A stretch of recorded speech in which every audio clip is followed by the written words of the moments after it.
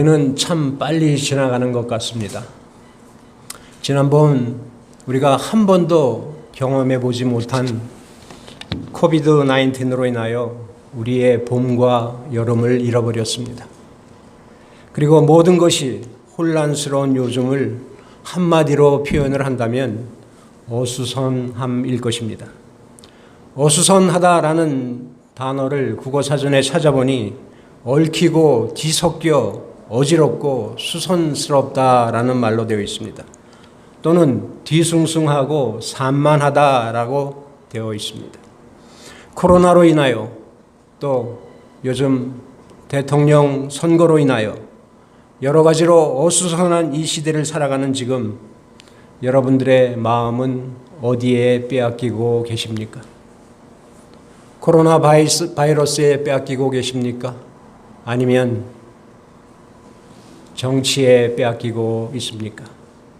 그것도 아니면 요즘 시간이 많으니 TV나 유튜브에 올라오는 동영상에 빼앗기고 계십니까? 우리의 삶이 어려울수록 우리는 믿음을 잘 지켜야 하고 영의 양식에 유익한 것들을 보고 들어야 할 것입니다. 구약의 예언서를 보면 나라가 멸망했는데 또 왕은 눈이 뽑혀 포로로 잡혀가고 부녀자들은 강간을 당하고 장년들과 아이들이 죽어가는데도 그들은 하나님의 말씀에 집중하지 못했습니다. 예언자들이 하나님의 말씀을 전하는데도 그 메시지에 집중하지 못했습니다. 그 결과는 비참했습니다. 제가 지금은 여러분의 마음을 어디에 빼앗기냐고 물었습니다. 이 질문은 우리가 평생 처음 겪어보는 코비드-19이라는 이 현실에서도 매우 중요할 것입니다.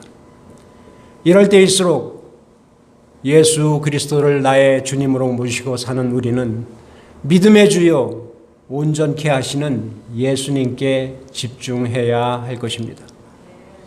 그런 의미에서 부활하신 주님께서 제자들에게 남기신 이 마지막 7마디 말씀에 집중하는 것은 아주 중요하다고 생각됩니다. 요한복음 저자 사도 요한은 예수님에 대하여 7가지씩 정리해 기록해 놓은 것을 볼 수 있습니다. 예수님의 기적도 7가지만 기록해 놓았습니다. 물로 포도주를 만드셨습니다. 왕의 신하의 아들을 치유해 주셨습니다. 38년 된 병자를 고쳐주셨습니다. 오병이어로 5,000명을 먹이셨습니다. 또 무리를 거르시고 날 때부터 눈먼 소경을 치유해 주시고 그리고 죽은 나사로를 살려주셨습니다.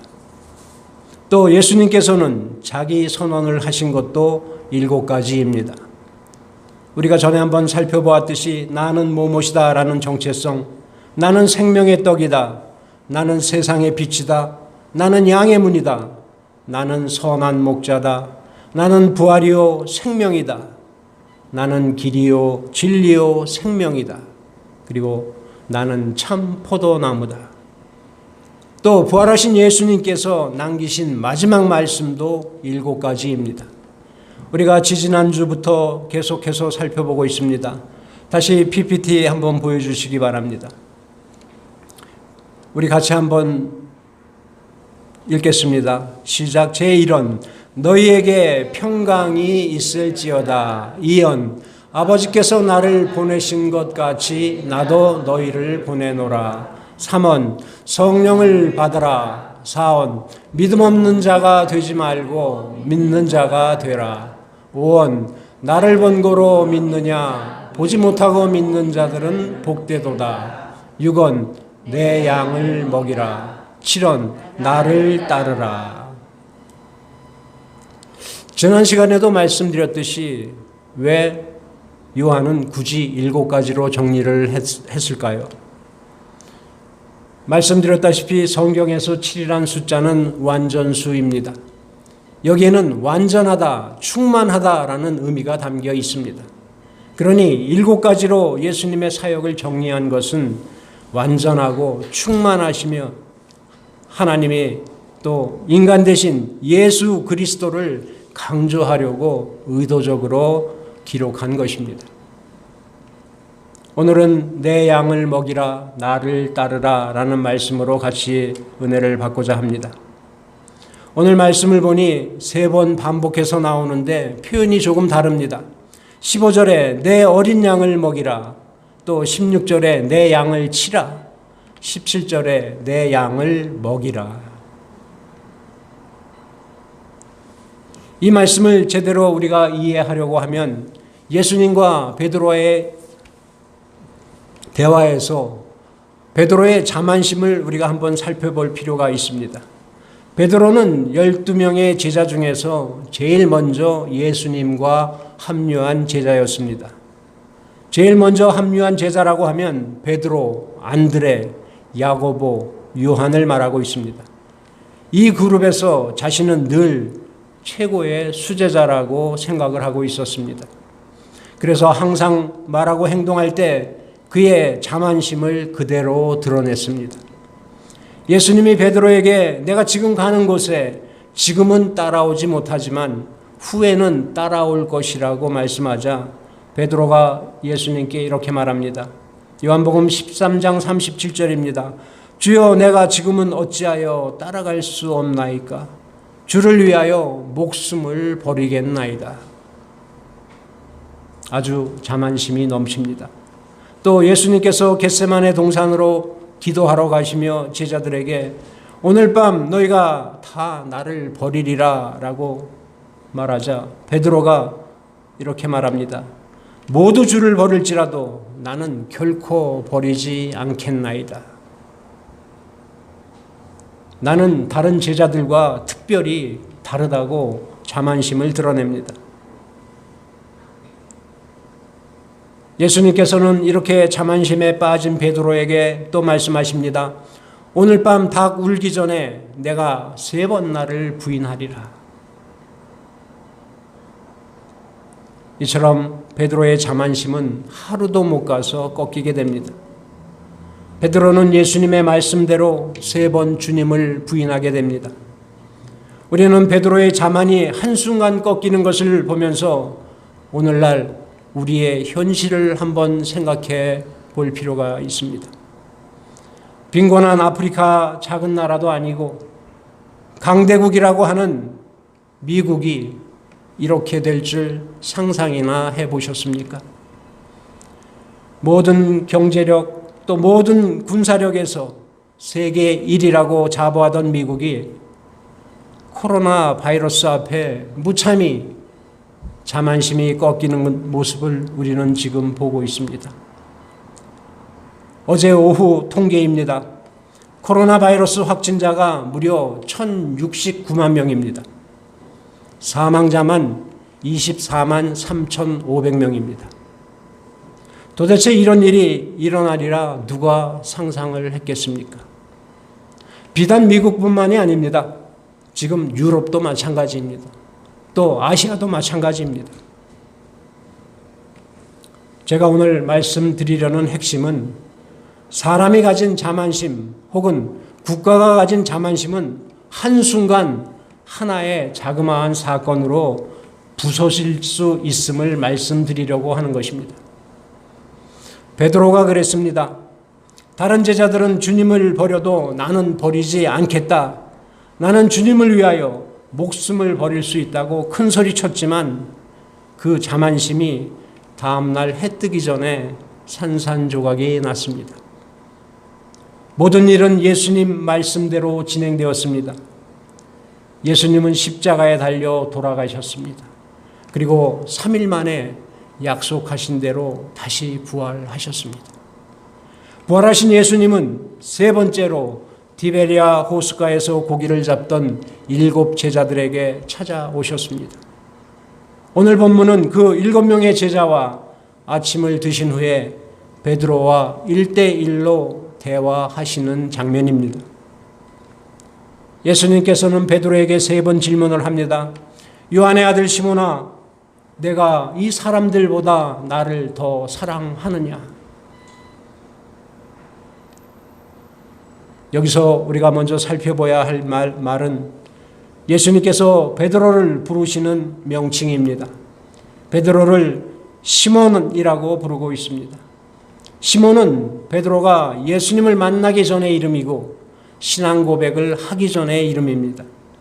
베드로가 신앙 고백을 한 후 주님은 이런 말씀을 하셨습니다. 마태복음 16장 18절입니다.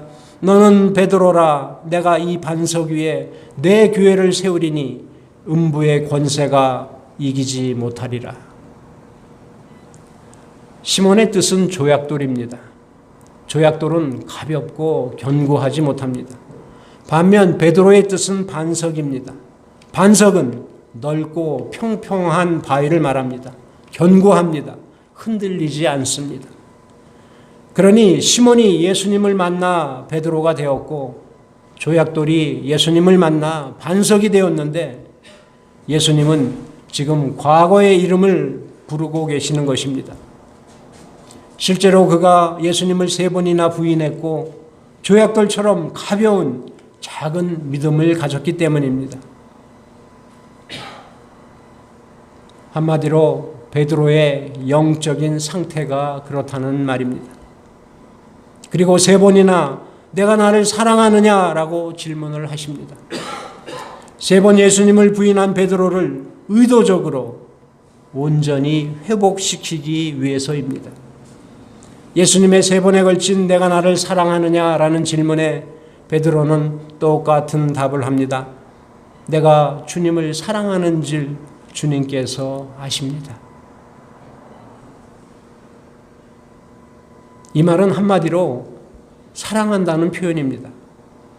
여기서 우리는 사랑하다라는 단어를 헬라어로 아가파오 혹은 필레오라고 사용하며 아가페는 하나님이 인간을 대하는 고귀한 사랑이고 필레오는 인간적인 사랑을 말한다고 알고 있습니다.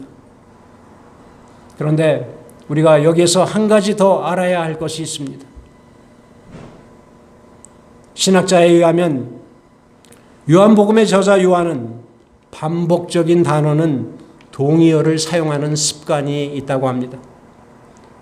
그래서 우리가 요한복음 전체를 살펴보면 요한복음에서 사용된 사랑이라는 단어는 아가페와 필레오 모두를 혼용하고 있음을 볼 수 있습니다.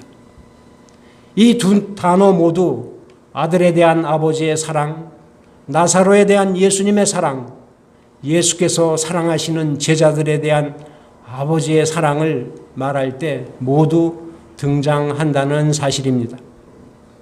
실제로 예수님 당시에는 예수님과 베드로는 헬라어가 아니라 히브리어나 아람어로 대화하셨을 것입니다. 히브리어에서 사랑하다라는 뜻을 지닌 일반적인 단어는 아하브입니다. 이 아하브는 신적인 사랑과 인간적인 사랑 구별 없이 사용되었습니다. 그런데 70인역을 번역할 때 이 동사를 때로는 필레오, 때로는 아가페로 번역된 것을 볼 수 있습니다. 아무튼 제가 여기서 강조하고자 하는 것은 예수님께서 3번이나 부인한 베드로에게 부인한 사건을 떠올려 주시기 위해 3번이나 같은 질문을 던지고 그 과정에서 자신의 잘못을 진심으로 뉘우치며 고백을 했다는 사실에 있다는 것입니다. 주님께서 이렇게 하신 이유는 주님을 사랑하는 것과 양을 먹이는 것, 양을 치는 것과 밀접한 관계가 있기 때문입니다.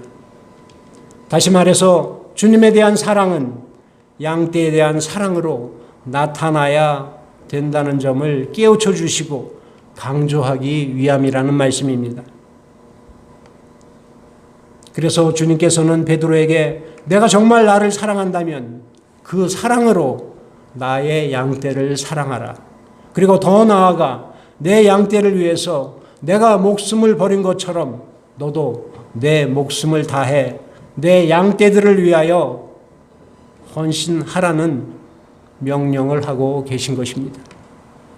예수님은 베드로의 진심 어린 사랑을 확인하시고 베드로에게 중요한 사명을 맡기십니다. 그 사명이 우리가 오늘 살펴보려는 제6은 내 양을 먹이라 라는 말씀입니다. 예수님은 세상에 있는 모든 성도를 내 양이라고 하셨습니다. 왜 내 양이라고 하셨습니까? 주님이 우리를 지으시고 주님이 우리를 구속하셨기 때문입니다. 요한복음 10장 10절입니다. 내가 온 것은 양으로 생명을 얻게 하고 더 풍성히 얻게 하려는 것이라. 예수님께서는 자신이 양을 베드로가 먹이고 키우는 목동이 되라는 것입니다. 그러니 이 말씀을 정리하면 목자장은 예수님이시고 목동은 베드로가 되는 것입니다. 예수님이 양에 대해서 어떻게 하라고 하신 말씀이 약간의 차이는 납니다. 내 어린 양을 먹이라, 내 양을 치라, 내 양을 먹이라. 간략하게 말씀을 드리면 양의 상태에 따라서 꼴을 먹여주고 말씀으로 잘 양육하여 잘 키우라는 말입니다. 여기서 친다는 의미는 양을 보호하고 고치고 다스리는 것을 말하며 앞에서 말씀드린 대로 요한은 이 동의어를 반복적으로 사용한 것으로 보여집니다. 내 양을 먹이라 라는 말씀은 베드로만 받지 않았습니다. 이 책임은 저와 같은 목사도 맡았고 또 교회의 직분자들도 맡았고 믿음의 자녀를 둔 부모들도 맡았습니다. 그렇게 우리를 사랑하는 주님을 사랑하는 우리라면 주님으로부터 이 책임을 맡았다는 것을 잊지 말아야 할 것입니다. 그런데 주님께서 맡기신 양을 먹이는 것은 쉽지 않습니다. 세상에서 가장 힘든 일 가운데 하나가 양치는 일이라는 것을 꼽는 사람이 있을 정도입니다. 구약에 나오는 두 사람의 예를 통해 양치는 일이 얼마나 어려운지 엿볼 수 있습니다. 야곱은 양떼를 돌본 지 20년을 회상하며 자기의 외삼촌 라반에게 이렇게 말합니다. 창세기 31장 40절입니다. 내가 이와 같이 낮에는 더위와 밤에는 추위를 무릅쓰고 눈 붙일 겨를도 없이 지냈나이다. 또 다윗은 사무엘상 17장 34절에 이렇게 회고합니다. 주의 종이 아버지의 양을 지킬 때에 사자나 곰이 와서 양떼에서 새끼를 물어가면 내가 따라가서 그것을 치고 그 입에서 새끼를 건져내었고 그것이 일어나 나를 해하고자 하면 내가 그 수염을 잡고 그것을 쳐 죽였나이다. 이 두 구절만 가지고도 우리는 양치는 일이 얼마나 고되고 힘들고 위험한 일인가를 알 수 있습니다. 이 힘든 일을 베드로와 우리에게 맡기시면서 예수님께서는 내 양을 먹이라 라고 하셨습니다. 여러분들도 베드로처럼 주님을 사랑하십니까? 그렇다면 그 책임을 맡은 우리는 주님의 양을 먹이는 일이 아무리 힘들고 어려워도 충성을 다해 감당함으로써 주님의 양을 잘 먹이고 잘 양육하여 주님의 모습을 닮아가는 성도로 만들어 가야 하고 또 그렇게 되어야 합니다. 이 일은 비단 저 같은 목사뿐만 아니라 모든 직분자 여러분 모두가 해야 할 일입니다. 바라기는 저와 여러분 모두가 이렇게 되시기를 바랍니다. 마지막으로 제7원 나를 따르라입니다. 예수님은 베드로에게 내 양을 먹이라 라고 하신 후에 베드로가 앞으로 어떤 사역을 하고 어떤 죽음을 맞을 것인가를 말씀해 주셨습니다. 오늘 본문 18절입니다.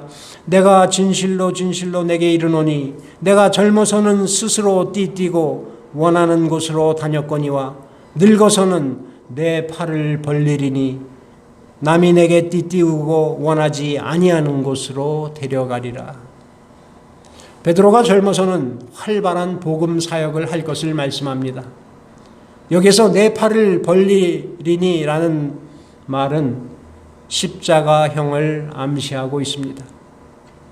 베드로가 많은 사역을 했습니다. 사도행전을 중심으로 몇 가지 사역을 살펴보면 가롯 유다 대신 마띠아를 사도로 뽑는 일을 주관했고, 또 성전 미문에 앉은 뱅이를 요한과 함께 고쳐주었습니다. 또 사마리아에 가서 성령 받기를 기도했고 사람들에게 안수했더니 사람들이 성령을 받았습니다. 또 중풍병자 애니아를 고쳐 주었습니다. 또 요빠에서는 다비다를 살려 주었습니다. 또 고넬료의 집에 가서 말씀을 전할 때 성령 강림의 역사가 일어났다고 했습니다. 이 외에도 베드로가 한 사역은 수도 없이 많습니다. 이런 활발한 사역을 한 후에 베드로는 네로 황제 때 십자가에 거꾸로 매달려 순교를 당하게 됩니다. 지금 부활하신 예수님은 베드로에게 자신의 사역과 죽음을 예언하시며 나를 따르라 라고 하십니다. 그리고 22절 하반절에 다시 한번 너는 나를 따르라 라고 말씀하십니다. 여기에서 나를 따르라 라는 말은 문자적으로는 그 자리에서 일어나 나를 따르라 라는 말일 것입니다. 그러나 진정한 의미는 나를 사랑하라, 내 양을 먹이고 치라, 그리고 선한 목자가 되라 라는 의미일 것입니다. 예수님이 제자들을 향하여 나를 따르라 라고 하신 것은 이번이 처음이 아닙니다. 공생의 사역을 하실 때 이미 한 번 말씀을 하셨습니다. 마태복음 16장 24절입니다. 누구든지 나를 따라오려거든 자기를 부인하고 자기 십자가를 지고 나를 따를 것이라. 또 요한복음 13장 36절에도 내가 가는 곳에 내가 지금은 따라올 수 없으나 후에는 따라오리라 라고 했습니다. 주님을 따르라는 말은 주님과 같이 살고 또한 주님과 같이 죽는 것을 말합니다. 이 말은 주님을 믿는 모든 성도라면 하나님께서 우리 각자에게 주신 기질, 은사, 능력을 가지고 주님 가신 길을 걸어가는 것입니다. 어디까지입니까? 이 세상 다할 때까지입니다. 죽음을 통해 아버지 집에 들어갈 때까지입니다. 이 위대한 초청, 나를 따르라 라는 말은 저와 여러분 모두 받았습니다. 또 내가 나를 사랑하느냐 라고 물으신 주님은 우리에게 나를 따르라 라고 말씀하고 계십니다. 그 길이 비록 고난의 길, 십자가의 길이지만 이 길은 하나님의 영광을 위한 길입니다. 주님을 따르는 길, 믿음을 지키는 일은 결코 쉽지 않습니다. 하지만 베드로가 그 길을 따라간 것처럼 우리도 주님의 길을 따라갈 수 있게 되기를 바랍니다. 그래서 세상 끝날에 우리 모두 주님 앞에 섰을 때 잘했다, 충성된 종아라는 말씀을 듣는 저와 여러분이 되시기를 바랍니다. 우리는 지금까지 부활하신 예수님이 남기신 예수님의 마지막 말씀 7가지를 살펴보았습니다. 이 7가지 말씀 하나하나를 되새기며 우리 각자가 그 말씀에 얼마나 순종하고 따르고 있는지 한번 돌아보시고 그 어떤 시대보다 어수선한 이 시기에 비록 힘들지만 부활하신 예수님께서 말씀하신 대로 살아가야 하는 때임을 깨닫고 우리의 믿음을 하나님과 믿지 않는 사람들에게 삶으로 증명해 보이며 살아가시는 저와 여러분이 되시기를 주님의 이름으로 간절히 축원드립니다.